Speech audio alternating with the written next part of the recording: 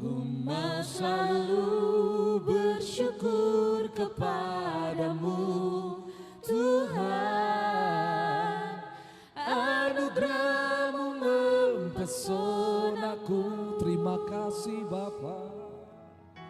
Selalu dan selalu Ya, Kau angkat hati. itu yang kami percaya. Membuatku Itu sebabnya berharga di kami mau matamu. bersyukur kepadamu. Ku mau selalu bersyukur kepadamu, Tuhan. Anugerah-Mu mempesonaku. Selalu dan selalu Kau angkat hatiku. Kau membuatku berharga di matamu. Selalu dan selalu. Selalu dan selalu Kau angkat hatiku. Kau membuatku berharga Sekali di lagi, matamu. Tuhan kami mau percaya. Selalu dan selalu Kau angkat hatiku. Kau membuatku berharga di matamu. Pujian ini menjadi doa sekaligus pengakuan iman percaya kami. Kami berharga di matamu. Apapun yang terjadi, siapapun hidup kami, apapun masa lalu kami semua berharga di mata Tuhan. Dan Dia mau mengubahkan kami untuk menjadi serupa segambar dengan Dia. Dia Allah yang tidak pernah tinggal diam. Dia Allah yang terus merencanakan yang terbaik bagi umatnya. Kami percaya tangan Tuhan yang penuh kasih sedang membentuk hidup setiap kami. Supaya pada akhirnya kami bisa bercerita kepada banyak orang bahwa Tuhan itu baik, mengubahkan hidup kami dan menjadi kesaksian. Pakailah ibadah ini, berfirmanlah kepada kami ya Tuhan. Kami datang dengan haus dan lapar akan Tuhan. Dalam nama Yesus kami berdoa, haleluya. Semua yang siap, haus dan lapar akan firman sama-sama katakan amin.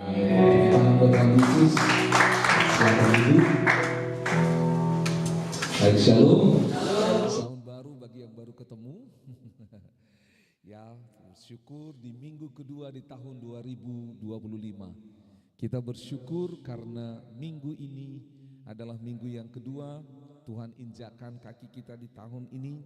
Ada 50 minggu ke depan, tetapi seringkali bagaimana kita memulai akan menolong kita untuk melihat bagaimana menjalani dan mengakhirinya. Amin. Bilang kiri kanan, saya mau finish strong. Finish strong ya, kita mau finish strong. Baik, silakan duduk. Baik. Kita bersyukur masih ada jemaat Tuhan yang sedang berlibur dan mereka kiranya beribadah bersama dengan kita melalui online. Dan seberapa kita yang ada di sini, kita mau mensyukuri bahwa sekali lagi semangat yang baru yang Tuhan berikan itu kiranya terus menolong kita untuk boleh mengatasi tantangan demi tantangan yang ada. Amin. Beberapa waktu yang lalu saudara, kita dikejutkan di seluruh dunia, secara khusus di Amerika, ada sebuah kota besar, Los Angeles, di bagian Palisade itu mengalami kebakaran besar. Banyak konspirasi, informasi yang kita dengar tentang kejadian itu. Banyak ya macam-macam, tergantung orang menilainya. Ada orang yang berkata bahwa itu cara Tuhan menghukum Amerika dan macam-macam ya.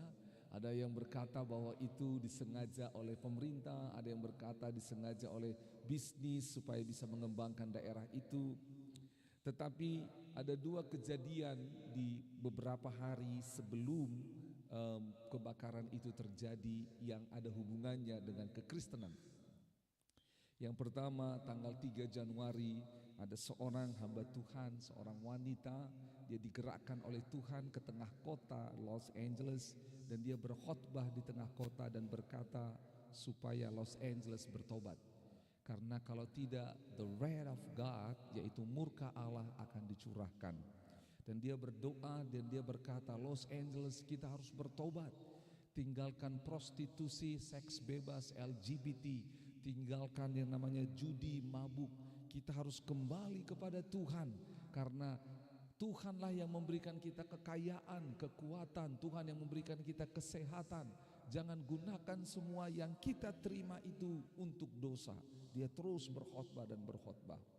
Dan lalu beberapa hari kemudian ada sebuah awards, ada sebuah pertemuan, ada sebuah konferensi, ada sebuah penghargaan.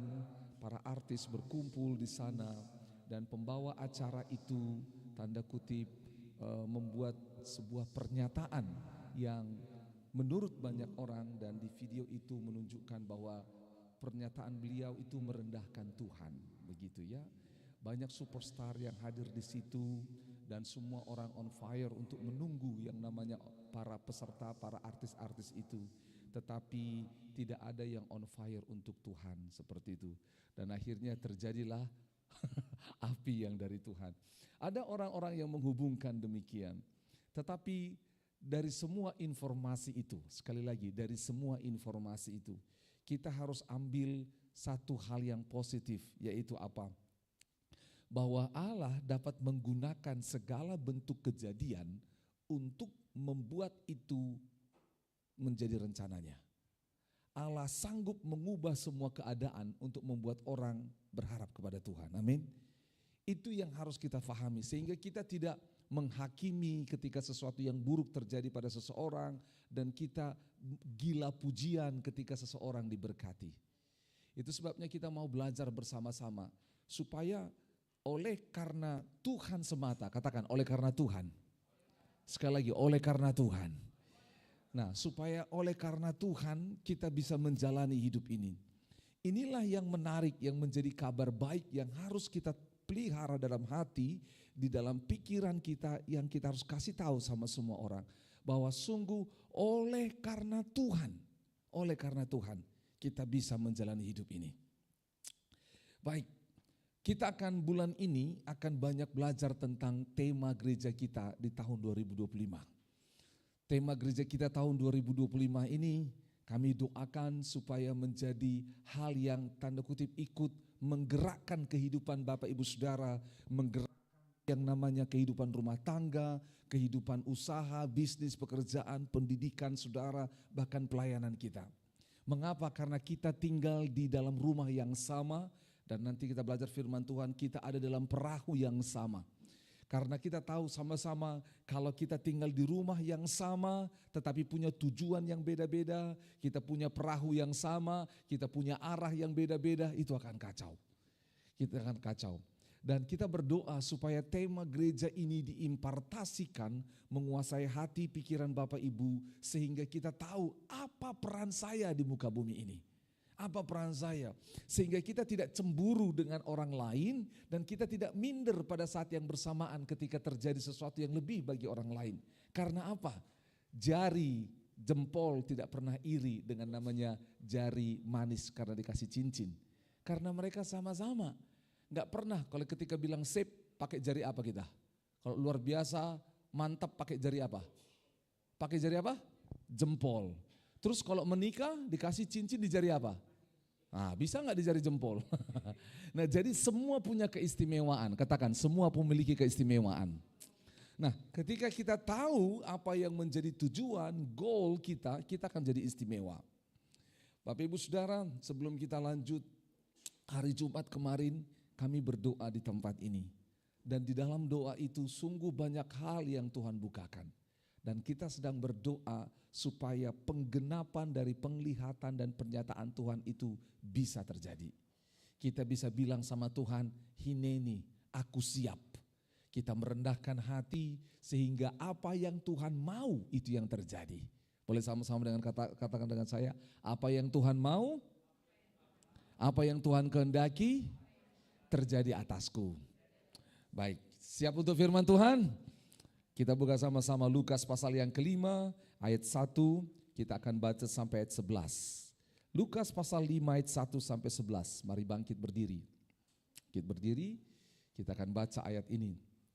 Ya, bersyukur untuk Bapak Ibu Saudara, di tahun ini kita sebenarnya sedang menggalakkan untuk Bapak Ibu Saudara selama beribadah, handphone saudara dibuat flight mode. Flight mode supaya engkau tidak menerima pesan dari orang lain dan tidak terganggu. Ya, semua sudah flight mode? Sudah, puji Tuhan. Dan yang kedua, kami juga mendorong Bapak Ibu Saudara sebenarnya di dalam sepanjang tahun ini untuk beribadah bawa Alkitab seperti ini. Kalau bisa, harapannya. Why? Supaya ada momen dalam hidupmu, tanganmu terlepas dari handphone. Matamu terlepas dari melihat handphone. Supaya ada momen.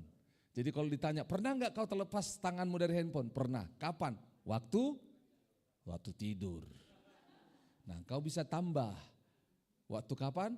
Ibadah. Pernah enggak kau tidak pernah lihat handphone? Pernah. Waktu tidur. Nah, semua orang tidak waktu tidur pasti dari handphone. Waktu ibadah. Ya. Yuk sama-sama Lukas pasal 5 ayat 1 kita baca 1, 2 dan 3. Pada suatu kali Yesus berdiri di pantai danau Genesaret. Sedang orang banyak mengerumuni dia hendak mendengarkan firman Allah. Ia melihat 2 perahu di tepi pantai. Nelayan-nelayannya telah turun dan sedang membasuh jalannya. Ia naik ke dalam salah satu perahu itu, yaitu perahu Simon, dan menyuruh dia supaya menolakkan perahunya sedikit jauh dari pantai. Lalu ia duduk dan mengajar orang banyak dari atas perahu. Setelah selesai berbicara, ia berkata kepada Simon, "Bertolaklah ke tempat yang dalam dan tebarkanlah jalamu untuk menangkap ikan." Simon menjawab, "Guru, telah sepanjang malam kami bekerja keras dan kami tidak menangkap apa-apa. Tetapi karena engkau menyuruhnya, aku akan menebarkan jala juga." Dan setelah mereka melakukannya, mereka menangkap sejumlah besar ikan sehingga jala mereka mulai koyak. Lalu mereka memberi isyarat kepada teman-temannya di perahu yang lain supaya mereka datang membantu dia. Dan mereka itu datang. Lalu mereka bersama-sama mengisi kedua perahu itu dengan ikan hingga hampir tenggelam. Ketika Simon Petrus melihat hal itu, ia pun tersungkur di depan Yesus dan berkata, "Tuhan, pergilah daripadaku, karena aku ini seorang berdosa." Sebab ia dan semua orang yang bersama-sama dengan dia takjub oleh karena banyaknya ikan yang mereka tangkap. Demikian juga Yakobus dan Yohanes, anak-anak Zebedeus, yang menjadi teman Simon. Kata Yesus kepada Simon, "Jangan takut. Mulai dari sekarang engkau akan menjadi manusia." Dan sesudah mereka menghela perahu-perahunya ke darat, mereka pun meninggalkan segala sesuatu lalu mengikuti Yesus. Sebelum duduk kita berdoa sekali lagi. Tuhan, ajarkanlah kami firman ini sehingga kami mengerti kedalaman maksud-Mu. Berbicaralah kepada kami. Dalam nama Yesus kami berdoa. Silakan duduk. Amin. Baik. Tema gereja kita tahun ini, boleh tampilkan flyer itu. Tema gereja kita tahun ini adalah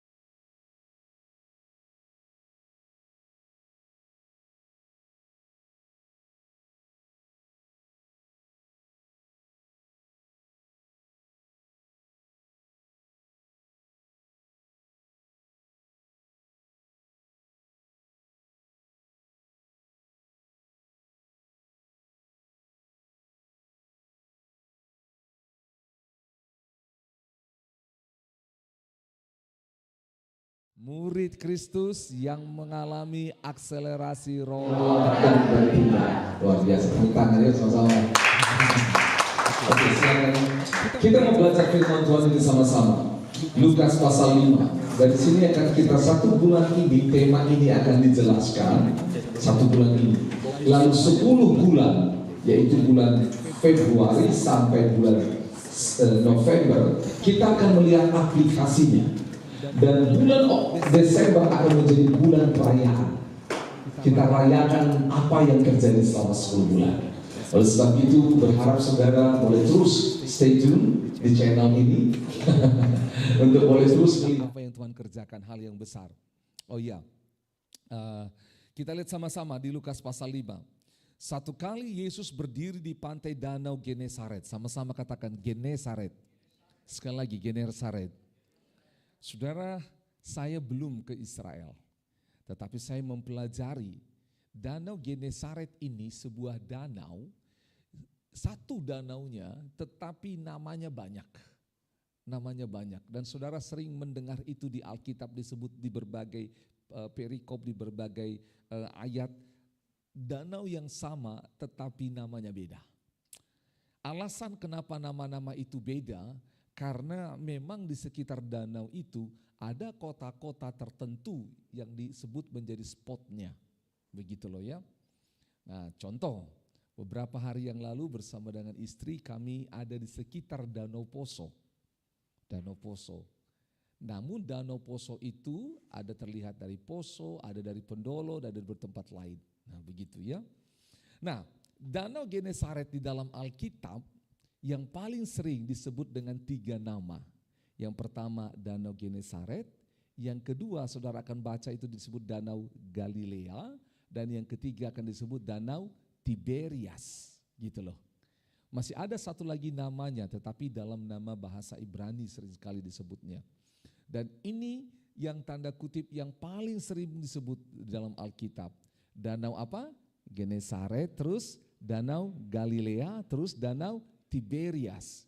Saudara, dalam konteks Bible study yang kita lakukan, saya mempelajari Danau Genesaret ini unik. Nanti lain kali kita akan bahas dalam, tetapi singkat saja. Danau Genesaret ini adalah danau yang diartikan dengan taman yang indah. Sama-sama bilang taman yang indah. Mengapa? Karena dipercaya pada zaman Adam dan Hawa diciptakan, modelnya itu di situ, begitu loh. Jadi sehingga dikatakan taman yang indah. Jadi di sekitar Danau Genesaret itu memang sangat indah, itu sebabnya pengen lihatnya. Nah, lebih indah mana dengan Danau Toba dan Danau Poso? Danau yang indah, katakan danau yang indah. Tapi saudara, itu bukan hanya bicara tentang danau yang indah, tetapi danau yang indah ini, Genesaret ini juga berbicara tentang konsep pernikahan, mempelai, gitu loh. Berbicara tentang pasangan. Nah, lanjut, Danau Genesaret ini berubah nama lagi atau disebut nama yang lain, namanya danau apa? Galilea. Sama-sama katakan Galilea. Galilea itu kata dasarnya gal, artinya berputar, Bapak Ibu Saudara. Berputar. Nah ini menarik. Mengapa ini penting untuk kita bahas? Yang pertama tadi adalah tempat yang namanya model taman yang indah seperti Taman Eden di mana Adam dan Hawa. Saudara tahu apa yang terjadi? Di Taman Eden yang indah, di Taman Eden itu Allah ciptakan manusia, tempatkan manusia, dan di situ pula terjadi kehancuran, kejatuhan manusia dalam dosa. Dan menarik, di tempat itu pula lah Yesus pertama kali memanggil murid-murid untuk seperti yang namanya, siapa tadi? Petrus berkata apa? Tuhan, pergilah daripada aku karena aku ini apa? Seorang berdosa. Di tempat itulah Tuhan menemukan orang berdosa untuk menjadi muridnya. Menarik ya? Di tempat yang sama, di pandangan yang sama, di pemikiran yang sama, konsep yang sama. Itu sebabnya taman yang indah yang menjadi hancur karena dosa, Yesus datang ke sana, menemui orang berdosa, mengubahnya kembali menjadi indah. Sama hidup saudara dan saya. Karena ayat 1 ini satu kali Yesus datang di Danau Genesaret. Yesus datang dalam hidup Bapak Ibu Saudara. Hidup kita hancur, rusak karena dosa. Tetapi karena Yesus datang, dia ambil saudara. Dia ambil Agus yang nakal, yang jahat, yang punya masa lalu yang buruk, yang ada kutuk di dalam keluarganya. Diambil oleh Tuhan, diubah menjadi indah. Bukankah itu luar biasa? Amin. Yang kedua, Galilea seperti saya bilang tadi, gal berputar saudara. Saudara, hidup kita ini seringkali muter-muter. Dan itu dialami oleh Simon dan teman-temannya, yaitu apa? Saudara lihat apa yang terjadi. Waktu Yesus datang ke sana, dia datang kepada yang namanya murid itu, waktu itu mereka belum murid. Ayat yang kelima, lihat sama-sama. Waktu Yesus berkata, tebarkan jalamu, ayat yang kelima. Simon menjawab, Guru, telah sepanjang malam kami bekerja keras. Kami tidak menangkap apa-apa. Ini seperti konsep rotate, berputar, roll. Galilea itu saudara, berputar terus. Sepanjang malam, nggak dapat, nggak dapat, nggak dapat. Saudara, ada banyak orang di dunia ini hidupnya muter terus.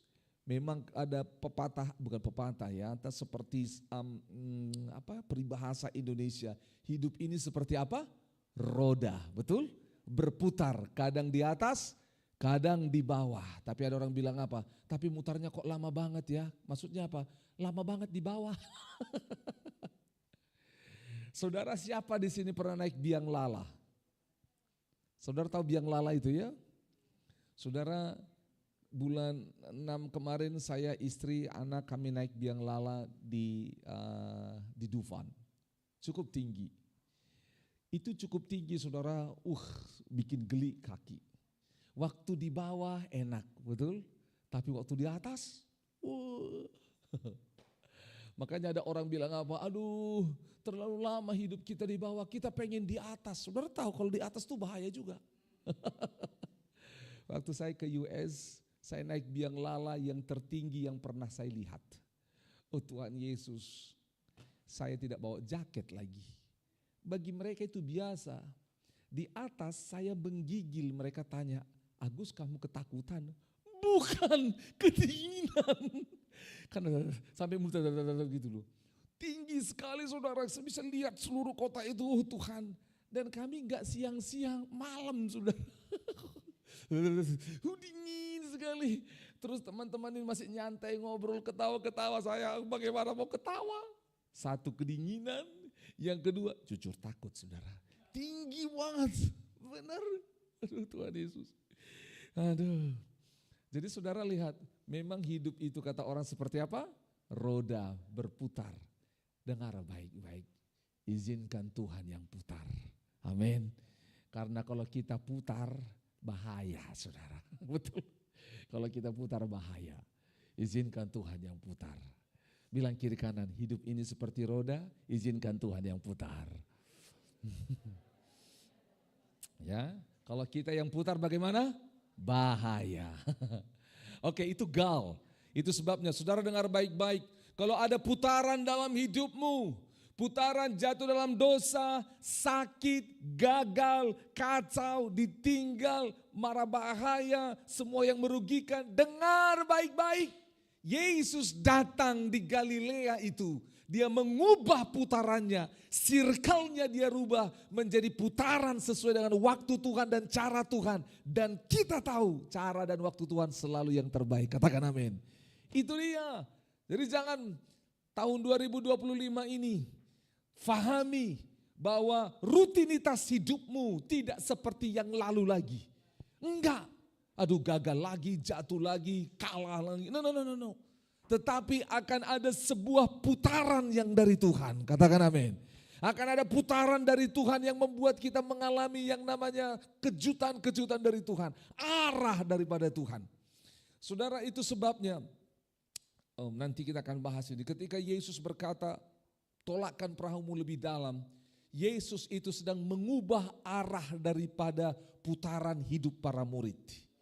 Lihat sama-sama di ayat yang ketiga.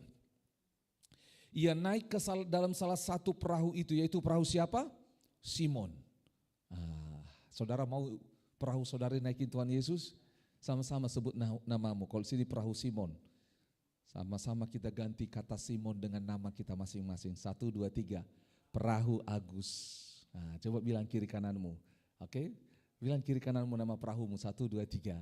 Perahu Agus. Ya. Dia naik di perahu kita. Oke? Ya. Bilang kiri kananmu, Yesus ada di dalam perahuku. Nah, itu loh ya. Yesus ada dalam perahuku. Gitu loh. Saudara dengar baik-baik. Kalau Yesus ada dalam perahu saudara, apa yang terjadi? Wow, betul? Oke, lihat ke depan. Belakangan ini atau bukan belakangan, ya ada teknologi yang bisa membuat orang sama-sama selalu video conference, betul? Entah itu Zoom, entah itu WhatsApp, macam-macam. Ada caranya, betul? Umpamakanlah live video itu adalah perahu, ya, gitu loh. Lagi chat, ngobrol, Kalau tiba-tiba bapak saudara, mama saudara ada di dalam. Apa yang terjadi? Itu loh. Atau tiba-tiba pimpinan saudara. Oke, misalnya saudara sedang pacaran. Sedang apa? Pacaran. Tahun ini kita akan bahas tentang pacaran. Sabar. Asik. Saudara dengar baik-baik, waktu saudara pacaran, saudara video call seperti itu, ngobrol, tiba-tiba papa mama saudara muncul di dalam. Kira-kira apa yang terjadi? Kaget, apalagi? Malu-malu. Topiknya berubah enggak? Gaya bahasanya berubah enggak? Nah, saudara bayangkan kalau Yesus masuk di dalam chat saudara. Itu loh ya. Saudara lagi WA-WAan chat, tiba-tiba masuk orang ketiga, aku Yesus. Langsung mungkin saudara lempar itu. Saudara dengar baik-baik. Yesus masuk dalam perahu Simon dan menyuruh dia supaya menolakkan perahunya sedikit jauh dari pantai. Lalu ia duduk dan mengajar orang banyak dari atas perahu. Setelah selesai berbicara, ia berkata kepada Simon, bertolaklah ke tempat yang dalam dan tebarkanlah jalamu untuk menangkap ikan. Ketika Yesus berkata bertolaklah, Yesus sedang mengambil Petrus dari putaran rutinitasnya. Karena apa? Lihat, putaran hidup Petrus adalah sepanjang malam aku menebar jala dan tidak menangkap ikan. Sudah capek kerja keras. Tidak ada hasil. Dengar baik-baik, ini putaran hidup Petrus. Capek kerja keras nggak ada hasil. Itu Galileanya dia. Dan Yesus datang, dia bilang apa? Dia tarik Petrus. Karena Petrus sudah mau menyerah. Saudara lihat apa yang terjadi. Petrus itu sedang ngapain? Dia itu sedang, kalau saudara baca di ayat yang kedua, ia melihat dua perahu di tepi pantai, nelayan-nelayan telah turun dan sedang membasuh apa? Jalannya. Udah selesai, that's it, cukup, capek. Sudah pernah dengar orang ngomong kayak gitu? Capek, sudah, selesai. Sudah, gitu loh. Kakak ipar kami, satu kata dia terakhir sebelum dia dipanggil Tuhan. Dan istri saya selalu mengingat itu. Dia ngomong begini, saya sudah capek. Saudara dengar baik-baik. Seringkali ketika sudah capek orang mau berhenti, menyerah dan selesai. Tetapi dengar baik-baik, ada putaran baru dari Yesus. Katakan amin. Ada sebuah putaran baru, ada action baru, ada arah yang baru. Itu sebabnya dalam bahasa asli ketika Yesus berkata, bertolaklah ke tempat yang dalam. Kata bertolaklah dalam bahasa aslinya itu adalah aku pimpin engkau. Bertolak itu bukan berbicara tentang hanya disuruh, tidak. Tetapi ada sebuah pimpinan, ada sebuah arahan. Orang yang hidupnya terus muter-muter dan kalau dia tidak menemukan arahan yang baru daripada Tuhan, dia akan stay in that circle, dia akan muter terus. Dia kerja keras, capek dia akan melakukan itu.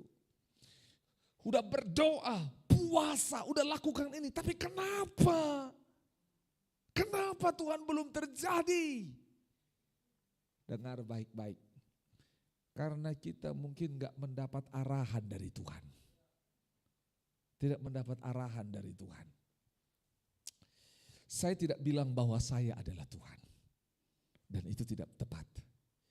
Tetapi kalau kita sama-sama datang kepada firman Tuhan, kita punya saudara seiman saling mendoakan, bisa jadi Tuhan pakai orang di sekelilingmu untuk memberikan arahan dari Tuhan kepadamu. Bisa jadi. Bisa jadi. Bisa jadi. Sebelum lanjut ke bagian Genesaret, danau yang terakhir yaitu Danau Tiberias. Saudara tahu apa yang terjadi? Ini pengalaman pribadi saya, tetapi ini juga banyak terjadi dalam Alkitab. Saudara tahu apa yang dilakukan, ini menarik. Ada seorang nabi di perjanjian lama bernama Samuel. Samuel ini diurapi Tuhan menjadi nabi yang akan membawa atau menyampaikan isi hati Tuhan kepada bangsa Israel. Dan waktu itu bangsa Israel menginginkan seorang raja. Dan Allah memilih seorang yang tinggi badannya pada waktu itu bernama siapa? Saul. Saudara lihat apa yang terjadi. Ini rutinitas hidup Saul. Rutinitas hidup Saul. Dan Tuhan buat sebuah kejadian, yaitu apa? Kambing domba papanya hilang. Lalu Saul pergi cari. Waktu dia pergi cari itu, dalam perjalanan itu, dia cari, gak dapat. Lalu dia pergi dan dia ketemu. Dia bilang, oh ada Samuel di sana. Mungkin dia tahu di mana tempatnya. Dan diberitahu, lihat baik-baik, lihat baik-baik. Dia datang untuk ketemu Samuel itu untuk minta namanya di mana tempat kambing dombanya. Tetapi pada saat itu pula Tuhan berbicara, inilah orang yang akan kurapi menjadi raja. Lalu Samuel memberikan arahan kepada Saul. Sehingga akhirnya dia dapat kambing dombanya dan dia juga akhirnya diurapi menjadi raja. Sama. Saudara tahu apa yang terjadi? Ada seorang raja yang kedua yang dipilih oleh Tuhan. Namanya siapa? Daud. Saudara tahu apa circle putaran hidup Daud? Apa kerjaannya? Menggembalakan 2-3 ekor kambing domba. Betul? Satu kali Allah berkata kepada Samuel, pergilah ke rumah daripada Isai. 1 Samuel 16. Dan nanti kau akan bertemu dengan anak-anaknya. Dia pergi ke rumahnya Isai, ketemu. Dan dia membawa buli-buli. Dia membawa minyak urapan. Tuhan bilang, aku akan mengurapi seorang raja dari rumah itu. Bapaknya si Isai itu bilang, oh puji Tuhan anakku akan menjadi raja. Kalau bapaknya menjadi raja berarti dia menjadi apa? Bapaknya raja. Gitu loh ya. Ya. Saudara tahu, wah bapaknya langsung bilang, mungkin anakku yang pertama, panggillah Eliab. Ini dia tentara hebat gitu loh. Tuhan bilang bukan. Lalu ditanya, apakah masih ada anakmu yang lain? Oh, habis mi. Isai bilang habis karena kandidatnya untuk raja. Daud tidak punya kandidat untuk menjadi raja. Akhirnya dipanggil, oh masih ada anakku satu. Siapa namanya? Daud. Oh di mana dia? Masih di ladang. Ngapain? Menggembalakan domba. Panggil. Kita gak akan makan sebelum dia datang. Dipanggillah. Daud. Datang. Lalu Tuhan memberikan arahan kepada Daud. Mulai hari ini, circle hidupmu, putaran hidupmu itu bukan lagi hanya menggembalakan kambing, domba, 2-3 ekor. Tetapi engkau akan menggembalakan sebuah bangsa yang besar. Simon Petrus selama ini putaran hidupnya hanya untuk menangkap ikan. Tetapi Yesus berkata, from now on, hidupmu tidak lagi muter-muter nangkap ikan, tetapi engkau akan menjadi penjala manusia. Sedikit lebih dalam untuk hal ini. Saudara dengar baik-baik. Kalau engkau menangkap message ini, engkau hidupmu tidak akan menjadi biasa. Contoh, kalau engkau nangkap tentang Galilea, engkau akan tahu bahwa engkau bukan hanya sekedar siswa di sekolahmu. Bukan hanya sekedar mahasiswa di kampusmu. Bukan hanya sekedar seorang karyawan di kantormu. Tetapi akan ada intervensi Tuhan. Katakan intervensi Tuhan. Yang membuat putaran hidup kita itu menjadi istimewa. Menjadi istimewa. Saudara, ini menarik. Itu sebabnya satu kali ketika sebelum saya full time melayani Tuhan, saya kerja di sebuah perusahaan. Ketika kerja di sebuah perusahaan, Bapak Ibu Saudara mungkin pernah dengar kesaksian saya. Saya adalah pegawai baru. Ketika masuk pegawai baru, mereka tidak tahu bahwa saya seorang Kristen. Lalu mereka berkata, kita hari itu hari Jumat, dan ini akan ada weekend, dan mereka berkata kita sudah rapat dan merencanakan sesuatu untuk bulan depan. Dan hari ini kita kedatangan satu orang karyawan baru di tengah kita, namanya Agus. Mana Agus? Siapa? Bangkit berdiri. Oh ya, ya kita sambut, tepuk tangan sama-sama ya. Nanti Agus akan dengan tim ini. Siapa? Baik, sudah. Lalu pimpinan kami ini cerita, ini rencana kita, sudah selesai. Supaya semua kegiatan ini bisa berhasil, kita akan berdoa bersama. Minta Agus untuk berdoa. Saya pikir, luar biasa ini perusahaan. Rohani sekali diminta berdoa, begitu loh ya. Lalu saya berdiri, langsung saya bilang, baik, mari kita satu dalam doa. Kaget semua orang. Karena kan saya berdoa dengan cara saya. Mari kita satu dalam doa. Tuhan Yesus, mulai ribut orang. Karena mereka berharap saya berdoa dengan cara mereka. Tuhan Yesus, terima kasih Engkau sudah memberkati perusahaan ini. Ributlah mereka. Amin, amin, amin. Haleluya, amin. Benar saudara gitu loh. Dalam nama Tuhan Yesus Kristus kami berdoa, haleluya, amin, amin. Ribut sekali saudara. Saudara benar, satu kantor ketawain saya. Awalnya kan saya rasa malu. Tetapi sejak saat itu saudara dengar baik-baik, saya sadar rutinitas saya kerja bukan hanya tentang marketing, menjual produk kami. No, menarik. Yang dulu saya harus antri untuk telepon, saudara lihat ya. Oke, saya harus antri, ada 5 orang lagi. Tapi setelah selesai saya berdoa, besoknya kalau saya datang sana, enggak antri saudara. Oh silakan. Saya jadi duluan, begitu loh. Dan di kantor itu mulai 1, 2, 3 orang Kristen datang sama saya. Bilang, Pak, Agus ya karyawan baru? Iya Pak, saya juga Kristen.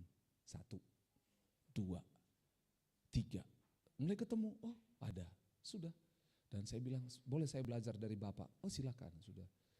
Kerja di perusahaan itu menjadi baik. 1, 2, 3 bulan, saya bilang, kayaknya bagus ya kalau kita buat persekutuan di sini. Nggak ada waktu Gus. Ada Pak kalau Bapak mau gitu loh. Akhirnya kami mulai persekutuan, hanya 3 orang. Kami mulai persekutuan. Kami pikir di perusahaan itu hanya 3 orang Kristen.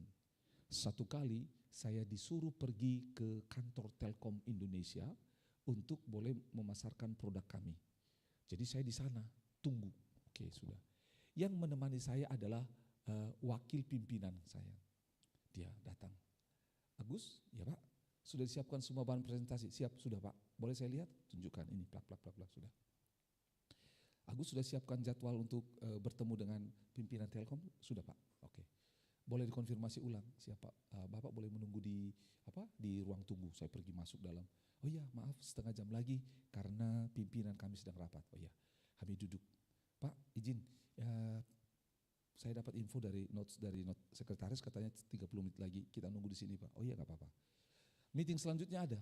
Nggak ada Pak. Nanti kita langsung tembak meeting sambil makan siang. Oh baik sudah. Kami duduk. Dia baca koran. Saya baca. Dia baca koran. Saya baca apa ya? Biasalah.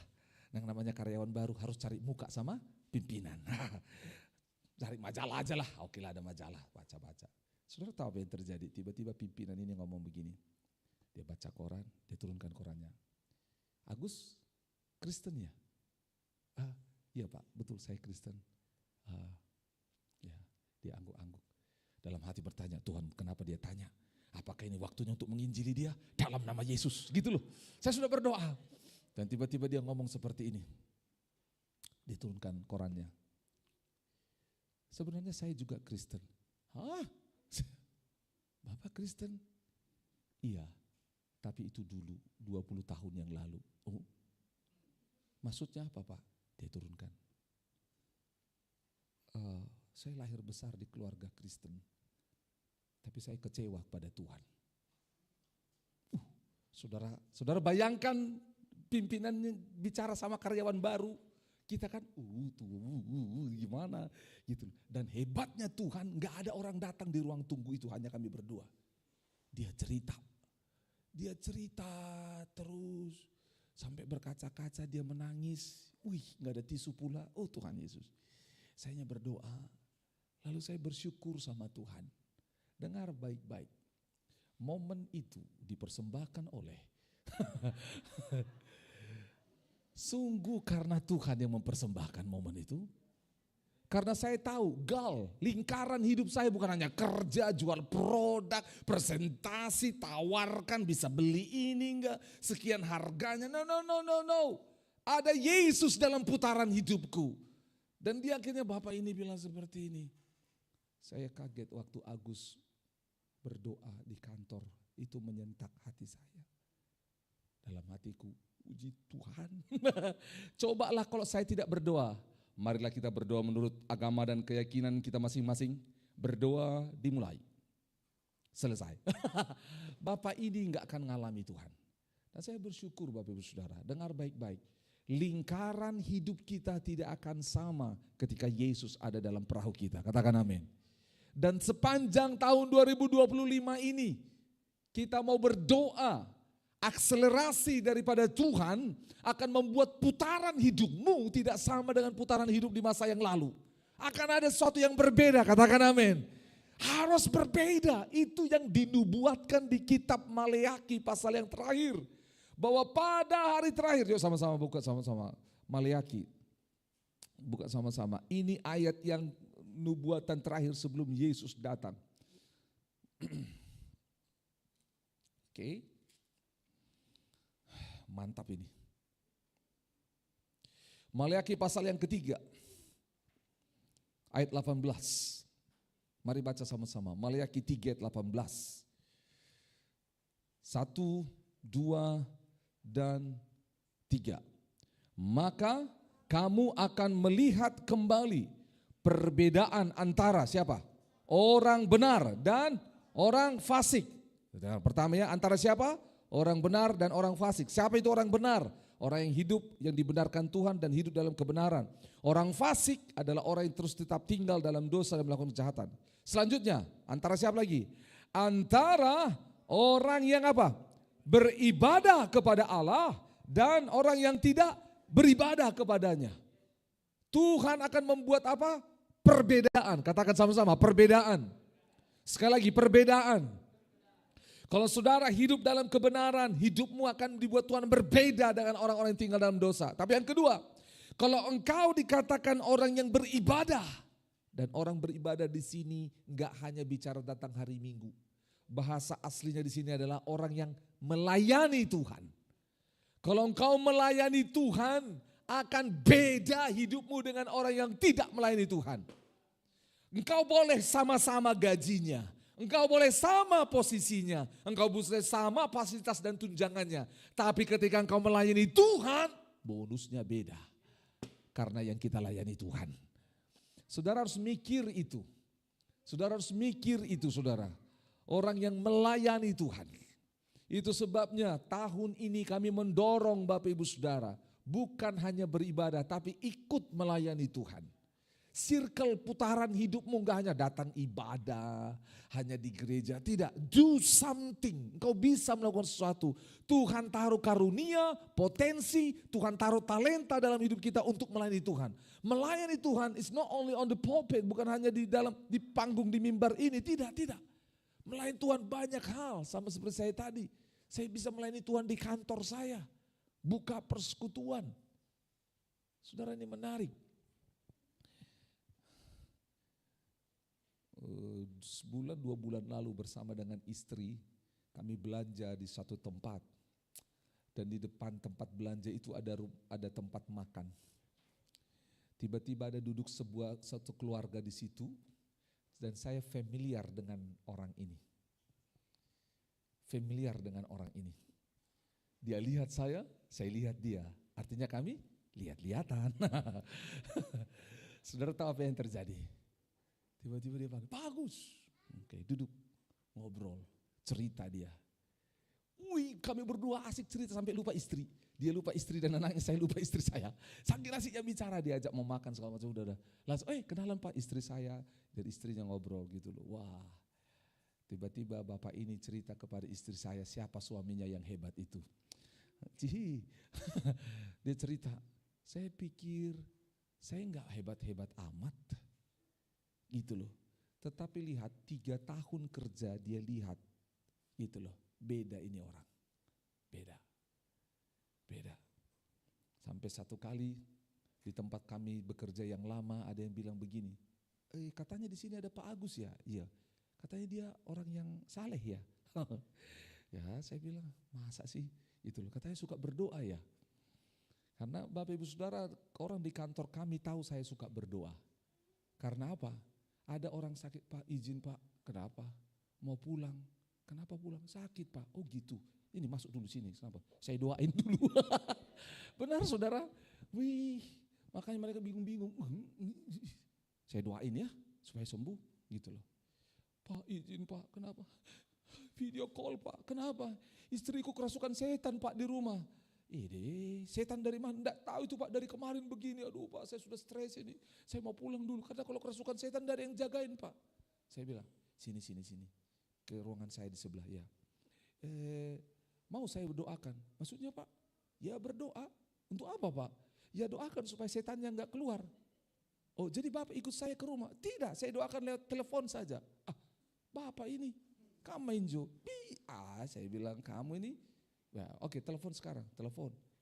Dia pakai bahasa Makassar sama neneknya, mertuanya, cerita. Iya sudah. Terus bagaimana Pak? Tersambung ini Pak. Oke udah, kan video call, udah bikin kan video call kan speaker ya. Nah, sudah ya, udah. Kasih hadap itu telepon ke itu istrinya Bapak. Ya, pakai itu sudah. Kurang lebih bahasanya gini.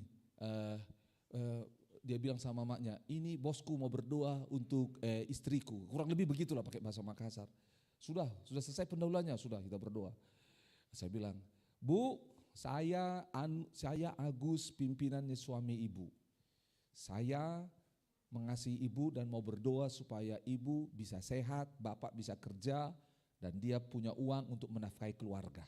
Kita berdoa ya Bu ya, saya seorang Kristen, saya akan berdoa dengan cara Kristen. Kita berdoa.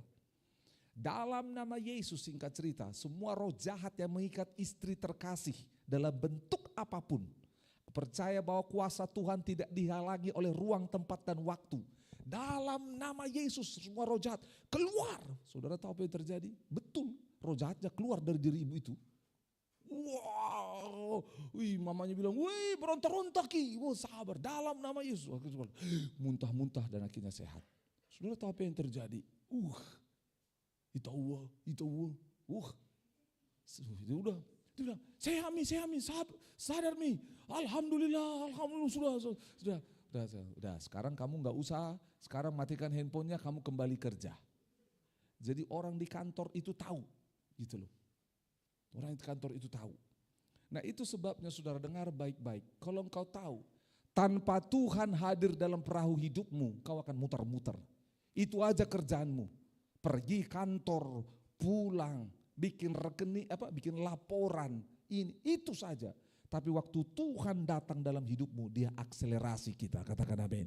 Dia buat sesuatu yang baru. Engkau tidak hanya sekolah, kita akan dorong anak-anak sekolah di sini. Mulai doakan sekolahmu, doakan gurumu, kepala sekolahmu. Kita doain, kita enggak tahu. Kita buat sesuatu yang baru karena Tuhan janji. Saat kita hidup dalam kebenaran, saat kita beribadah, saat kita melayani Tuhan, Dia akan buat perbedaan. Yang percaya katakan amin. Buat perbedaan. Yang terakhir di kitab Lukas. Saudara tahu di kitab Lukas ini Danau Genesaret itu juga dikenal dengan danau apa? Tiberias. Sama-sama katakan Tiberias. Saudara tahu Tiberias itu artinya good vision. Pemandangan yang indah atau penglihatan yang baik atau arah visi tujuan yang jelas. Saudara dengar, disinilah Yesus bertemu dengan Petrus, Yakobus dan Yohanes dan akhirnya mereka punya visi yang jelas. Visi yang jelas, yaitu kalau engkau selama ini hanya tanda kutip menangkap ikan, aku akan membuat engkau menjadi penjala manusia. Di sini dia. Nah saudara dengar, sepanjang tahun ini tema gereja ini akan mengarahkan Bapak Ibu Saudara untuk boleh melihat sebuah visi dengan jelas. Saudara kita akan lihat, itu sebabnya supaya ini terjadi ada dua hal yang harus kita lakukan. Yang pertama, saudara lompat ke atas. Lompat ke atas. di ayat 1 dan di ayat 3, di situ jelas sekali. Ada orang datang mengerumuni Yesus hendak mendengarkan firman Allah, itu yang pertama. Di ayat yang ketiga, waktu Yesus menyuruh Simon Petrus supaya menolakkan perahunya sedikit jauh dari pantai, lalu ia duduk dan mengajar orang banyak. Dengar baik-baik. Supaya akselerasi ini terjadi dan kita tahu apa yang kita lakukan, yang pertama yang harus kita lakukan adalah beri dirimu mendengar firman dan beri dirimu diajar. Oke, saya yakin ini bukan pertama kali engkau dengar. Tapi ketahuilah, orang yang belajar mendengar firman Allah dan belajar untuk memberi diri diajar oleh Tuhan, orang-orang seperti ini akan hebat. Saudara tahu apa yang terjadi? Yosua itu adalah panglima tentara, pemimpin. Tapi dia ditinggalkan oleh Musa. Dia enggak tahu bagaimana melawan bangsa ini karena tembok Yeriko yang begitu besar. Dia tidak tahu caranya. Pasukannya bukanlah orang-orang yang lahir di medan peperangan, yang lahir di padang gurun, yang suka mengeluh. Dia tidak punya strategi. Tapi malam-malam dia datang sama Tuhan. Dia minta, Tuhan ajar aku berperang. Dan akhirnya Tuhan kasih strategi perang yang belum pernah mereka lakukan sebelumnya. Yaitu apa? Mengitari tembok Yeriko. Ketika mereka mengitari tembok Yeriko, berapa kali diputari? Hari pertama 1 kali, hari kedua 1 kali. Terus sampai hari yang ke-7 baru 7 kali diputari. Boom! Jatuh. Saudara tahu apa yang ngapain muter-muter situ? Gitu loh. Orang ketawain strateginya, tetapi karena pengajarnya adalah Tuhan.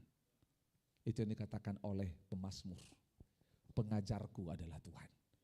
Saudara dengar baik-baik, sepanjang tahun ini beri dirimu diajar. Beri dirimu mendengar firman. Saya sampaikan ini dengan hati yang tulus. Karena apa? Dengar baik-baik. Kalau engkau tidak punya firman dalam hidupmu, tidak punya ajaran dalam hidupmu, engkau akan mudah disesatkan. Engkau akan mudah disesatkan. Karena mata kita bisa menipu. Mata kita bisa menipu, orang di sekeliling kita bisa menipu. Tetapi ketika kebenaran menguasai hati dan pikiranmu, engkau tidak akan tertipu. Dengarkan firman Tuhan, dengarkan ajaran Allah. Maka engkau akan terbiasa mendengar sesuatu yang bukan dari manusia, tetapi dari Tuhan. Ketika terbiasa membaca firman Tuhan, biasa telingamu mendengarkan firman, bukan mendengarkan ocehan orang lain. Biasakan, maka engkau akan mendengar satu arahan seperti Musa di padang gurun. Selama 40 tahun dia lari daripada kejaran orang Mesir karena dia di sana menjadi buronan membunuh tentara Mesir. Di padang gurun itu dia menggembalakan kambing domba Yitro. Di padang gurun itu suara yang dia dengar, suara dia, suara gembala yang lain, suara domba, suara angin, suara rumput-rumput dan batu, itu aja. Enggak ada. Itu aja tiap hari dia dengar. Tetapi Allah berkehendak untuk berbicara kepada Musa. Sehingga akhirnya dari semua suara itu tiba-tiba ada suara yang lain. Katakan suara yang lain. Sekali lagi suara yang lain. Dan suara yang lain ini adalah suara Tuhan. Dan itu bertahun-tahun terjadi dan dialami oleh Musa. Akhirnya apa yang terjadi? Saat dia menuntun bangsa Israel. Ratusan ribu bangsa itu berkata, Musa kau pemimpin yang tidak bertanggung jawab. Musa kau pimpin kami keluar dari Mesir ini untuk mati di padang gurun. Musa engkau tidak berhasil. Lihat tentara Mesir di belakang, di depan kita laut Tebrau. Kita mati di sini. Musa mana tanggung jawabmu? Ratusan ribu orang itu teriak ngomong sama Musa. Tapi dengar baik-baik, Musa sudah belajar dari semua suara itu. Ada suara yang lain. Suara Tuhan. Saudara, Musa bisa protes. Musa bisa sakit hati. Musa bisa marah. Tapi dia tidak pilih itu. Dia dengar suara Tuhan. Dan dia tidak tunggu konfirmasi. Dia nggak ngomong gini. Dengar, aku dengar suara Tuhan. Tuhan bilang angkat tongkat dan sini. Setuju tidak? Musa tidak menunggu persetujuan manusia. Karena Tuhan sudah setuju. Dia angkat tongkatnya, kebum, laut terbelah.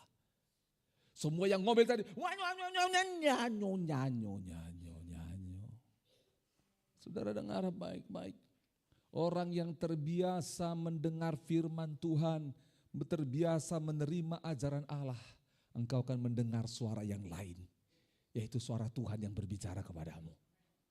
Dengar. Sebelum hal yang terakhir, waktu saya kerja, saya biasa fax yang namanya orderan kami itu. Saya kerja di international marketing, jadi ya dolar dan segala macam. Kalau saya terlambat, saya akan kalah sama orang lain. Penawaran saya akan kalah. Sudah dikerjain baik, tapi saya akan kalah. Sudah janjian sama bosnya itu, jam 3 kau kirim buat saya. Oke, kami dealnya gitu, jam berapa saya lakukan gitu. Hari itu saudara tahu apa yang terjadi? Lihat, rutinnya adalah jam berapa? Jam 3.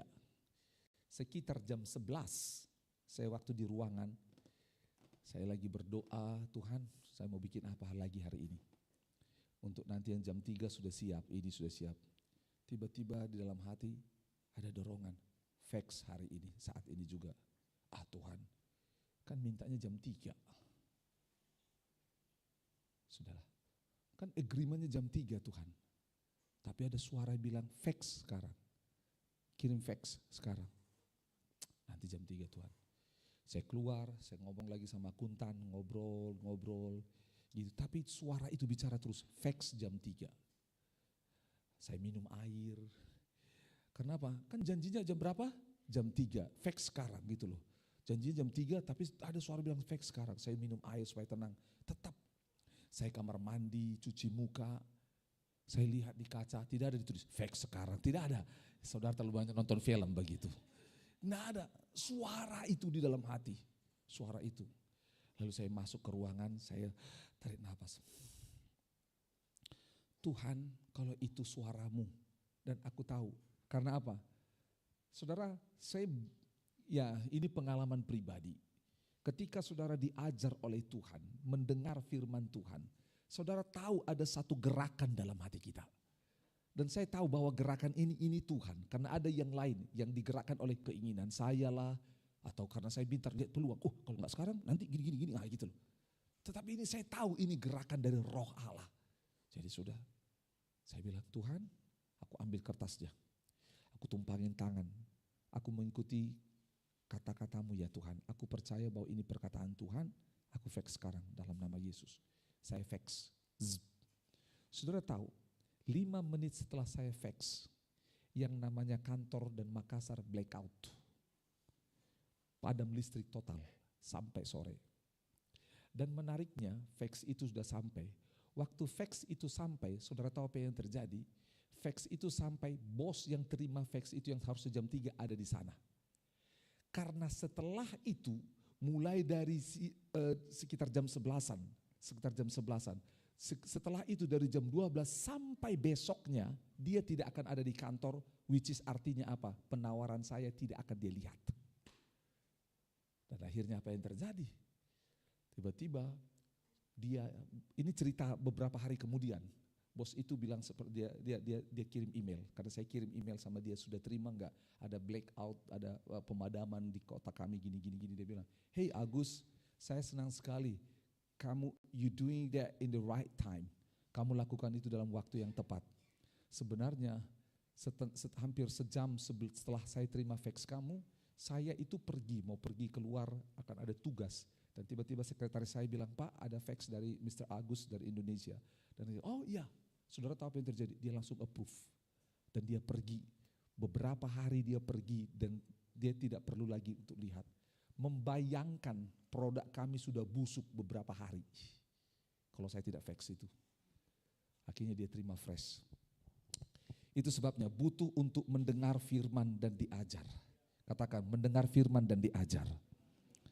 Saudara dengar, tidak ada hal yang lain.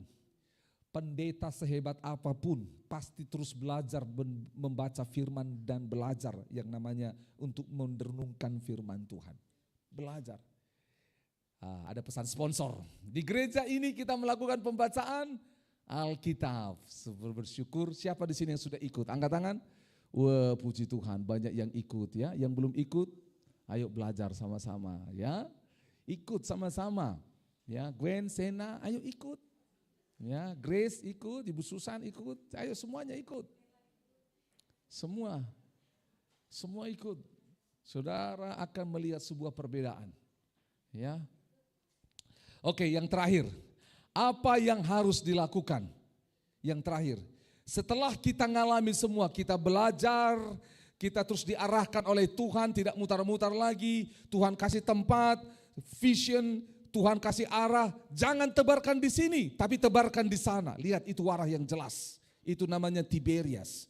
Saudara, ada hal yang menarik yang terakhir yang Tuhan kerjakan bagi kita. Di ayat yang ke-9. Di ayat yang ke-9.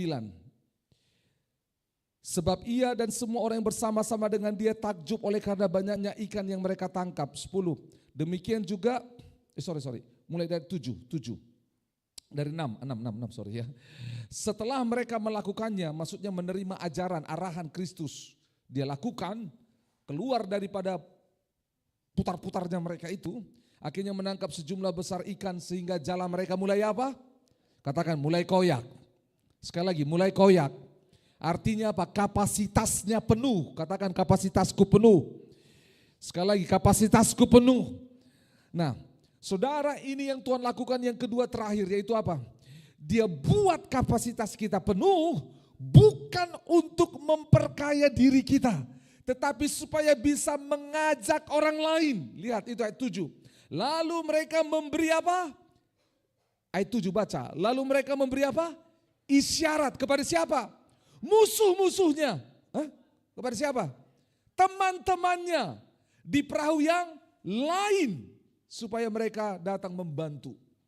Saudara, kita akan lakukan ini. Tahun ini, oleh karena akselerasi Roh Kudus, kapasitas semua akan dipenuhkan oleh Tuhan. Katakan amin. Tetapi Tuhan mau tidak engkau nikmati sendiri. Tuhan mau supaya teman-temanmu, keluargamu, orang lain menikmati limpahan yang sama. Ajak mereka, ayo, ikannya banyak, kau bisa dapat juga. Ayo, bukan hanya aku yang bisa mendoakan orang supaya keluar roh jahat, kau juga bisa. Ayo kau bisa. Bukan hanya aku yang bisa baca Alkitab. Dulu juga kalau aku baca Alkitab, dibilang 4 pasal, 1 pasal langsung tidur. Tapi sekarang aku bisa, kau juga bisa. Ayo. Dulu juga aku malas kalau beribadah. Apalagi kalau banyak habis ibadah tidak ada konsumsi.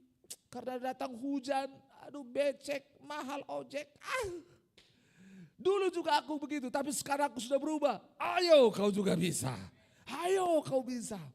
Dulu juga aku malu ngajak orang persekutuan di kantor, di kampus. Tapi sekarang aku bisa, kau juga bisa. Ayo. Dulu dalam pekerjaan juga aku gak bisa. Aduh, itu bukan bidangku, aku gak bisa. Aku mau yang gini aja, ini saja dan ini. Aku pilih-pilih. Tapi sekarang apa yang dipercayakan, aku kerjakan. Firman Tuhan genapi, orang setia dalam perkara kecil, maka akan diberikan perkara yang apa? Besar. Hari ini aku belum perkara yang besar, tapi sudah mau besar. Kau juga bisa. Kita ajak, aku tahu, aku bisa. Ayo. Bisa, ajak orang lain. Ayo. Bawa sini perahuku gak cukup. Kita akan berdoa, ajak orang lain, ayo. Kita akan ajak, ayo bisa. Kita bawa orang-orang untuk mengalami Tuhan bersama-sama. Karena apa? Akselerasi Roh Kudus kita alami bersama-sama. Itu sebabnya tahun ini akan menjadi tahun di mana kita mengalami percepatan. Katakan percepatan. Percepatan dari Tuhan. 1, 2, 3. Percepatan dari Tuhan. Percepatan dari Tuhan. Ingat baik-baik, kalau percepatan dari kita buru-buru, tapi percepatan dari Tuhan indah pada waktunya. Dan kita akan bertindak tepat sesuai dengan yang Tuhan mau. Saya berdoa supaya bulan ini kita diperlengkapi Tuhan dengan hati ini untuk siap melesat dengan Tuhan. Amin. Mari bangkit berdiri, bilang kiri kanan, melesat dengan Tuhan. Kita berdoa sama-sama. Mari Tuhan, kami berdoa, meminta kepadamu, datanglah dalam perahu hidup kami. Datang dalam perahu hidup kami. Saudara, mari berdoa. Biar firman Tuhan itu berbicara kepada saudara. Hidupmu